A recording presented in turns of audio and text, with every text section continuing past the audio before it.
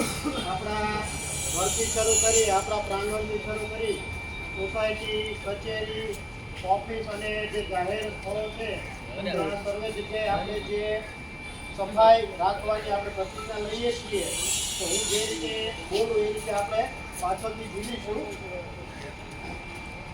હવે આપણું કર્તવ્ય છે કે ગંદકી દૂર કરીએ, ભારત માતાની સેવા કરીએ.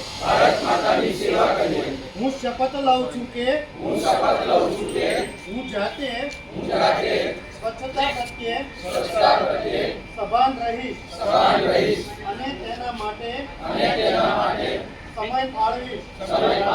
હું દર વર્ષે 100 કલાક એટલે કે દર અઠવાડિયે 2 કલાક શ્રમદાન કરીને સ્વચ્છતાના આ સંકલ્પને પરિપૂર્ણ કરીશ. હું ન તો ગંદકી કરીશ અને ન તો અન્ય કોઈને કરવા દઈશ.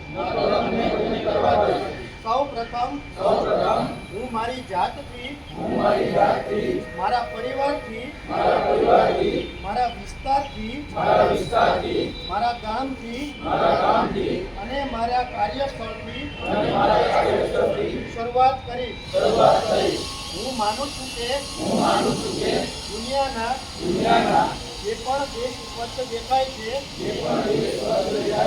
તેનું કારણ એ છે કે ત્યાંના નાગરિકો ગંદકી કરતા નથી અને ગંદકી થવા દેતા નથી.